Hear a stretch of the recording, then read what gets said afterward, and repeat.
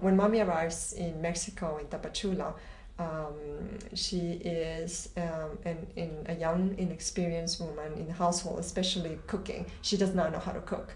And luckily, she finds out that all the meals are made by Mincho, who is the Chinese cook.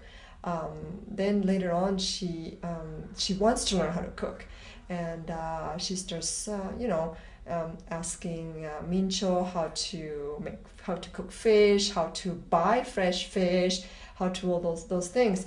And she realizes that Mincho is very secretive about his recipes and doesn't want to give them out.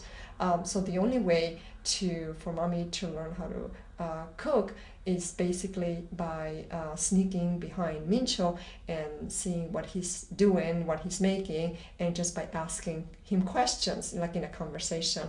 So that's how mommy learns how to cook Chinese in Mexico.